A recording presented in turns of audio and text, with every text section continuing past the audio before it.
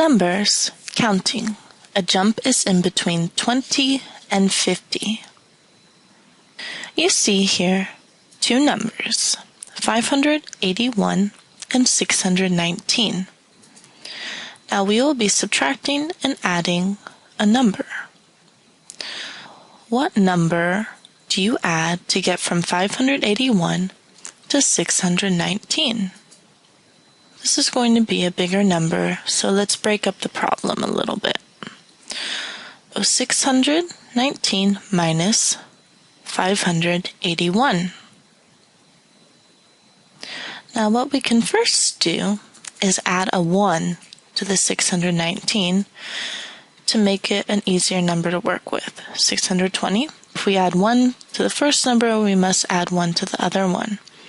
So now we have 620 minus 582. Alright, so let's keep breaking this up. Now we should subtract 20 from it to make it 600.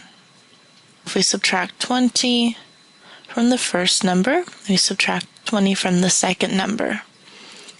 Okay, so now we have 600 and 562. What we can do now is take the 600 and let's just make this 500, which we know equals 100. And now we'll take the remaining 62 minus the 100 to get us our answer. So 100 minus 62 equals 38. Alright, so we know we're working with 38 for this problem. So we're adding and subtracting 38. Now, let's keep adding, and let's add 38 to 619. And if you want, you can first add 30 and then add 8 more to make it easier. Or add 1 to make it 620, then add 30, and then add 7. Alright, so that would come to 657. Okay, so we're through adding, so now we need to subtract for the remaining problems. So 581 minus 38. Again, this time you can subtract a 1, and then subtract 30, and then subtract 7. But let's write this out for you. So instead you can do 581 minus 40 equals 541 plus the remaining 2. So that would equal 543. Just remember, there's lots of ways to do a problem. Alright, 543 minus 38. Let's write it out. 543 minus 40 would equal 503. You'd have to add 2 more to that to make it the 38. Well, the answer is 505.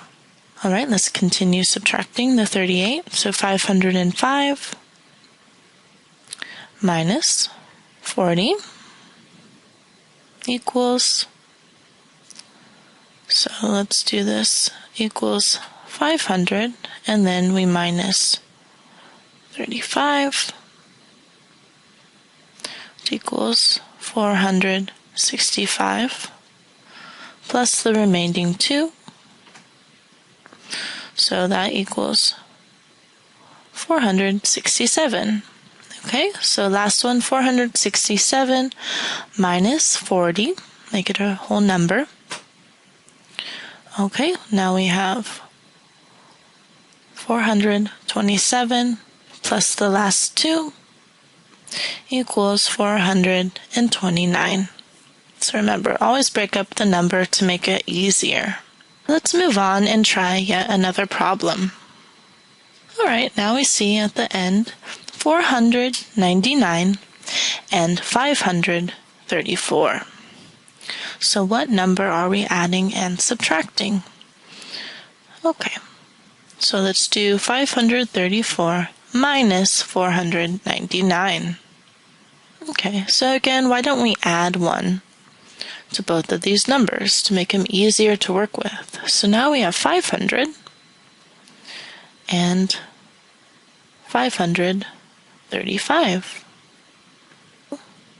This comes to 35. So we know we're adding and subtracting 35. For this problem, we're basically just subtracting the whole time now. Okay, so we need to subtract 35 from 499. Okay, so that equals 464. Okay, let's subtract again. 464 minus 35 equals 429. 429 minus 35 equals, now remember you can break this up on your own, so 394. 394 minus 35 equals 359. And our last one, 359 minus 35 equals 324. And our last problem, so we have 815 minus or plus 841. So in this case, let's subtract 841 from 815. Let's first subtract 1 from it to make it easier to work with. Now we have 840 minus 814. What number does this equal? Well, what we can do is cross off the 8's, and now we just have 40 minus 14, which we know equals 26. Okay, so we're working with 26, so we would add 26 to get to here, and we subtract to go the other way. Okay, and remember you can break this number up into a 20 and a 6, or whatever you find easiest. So 841 plus 26, 867. Okay, and one more addition, so 867 plus 26. So remember, you can break it up into a 20 and a 6, so that equals 893. All right, so now we have to subtract the 26.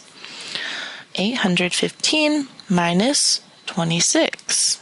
Right, that equals 789. Now 789 minus 26.